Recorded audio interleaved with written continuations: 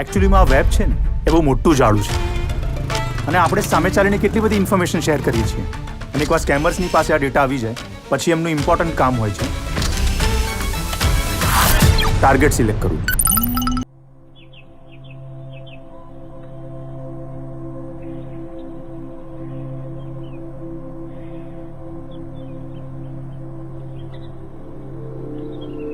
સિનેમાઘરોમાં release થઈ ગઈ છે ધરપકડ.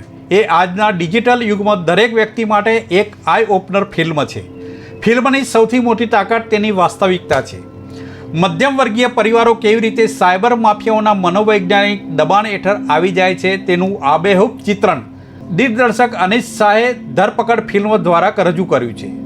અર્જુન શાહ તરીકે મલ્હાર ઠાકરનો મેચ્યોર અભિનય બંટીના પાત્રને બૃહદ ગોસ્વામી સાથે ફિલ્મને ગતિશીલ રાખે છે.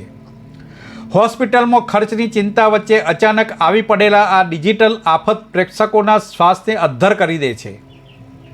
શાર્પ એક્ટિંગ અને હૃદયસ્પર્શી સંવાદોને કારણે આ ફિલ્મ એક સશક્ત સોશિયલ થ્રિલર બની રહી છે. એક અત્યંત જરૂરી મેસેજ અને શાનદાર પરફોર્મન્સ માટે આ ફિલ્મને 4 સ્ટાર તો આપવા જ પડે. પરિવાર સાથે જોવાલાયક આ એક ઉત્તમ ફિલ્મ છે જે આજના યુગને અનુરૂપ આ ફિલ્મ બનાવી છે.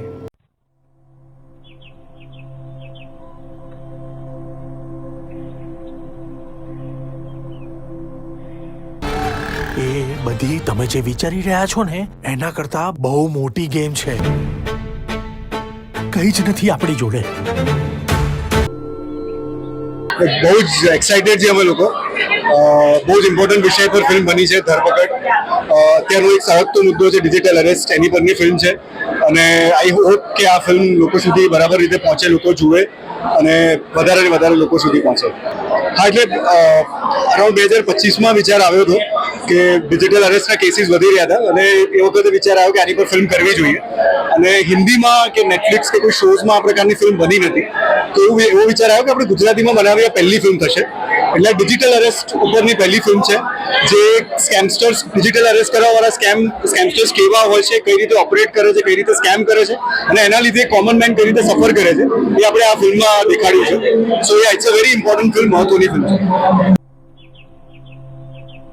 માનો કે ના માનો, સામાન્ય માણસ પોલીસ અને અરેસ્ટની વાતથી જ ડરી જાય છે.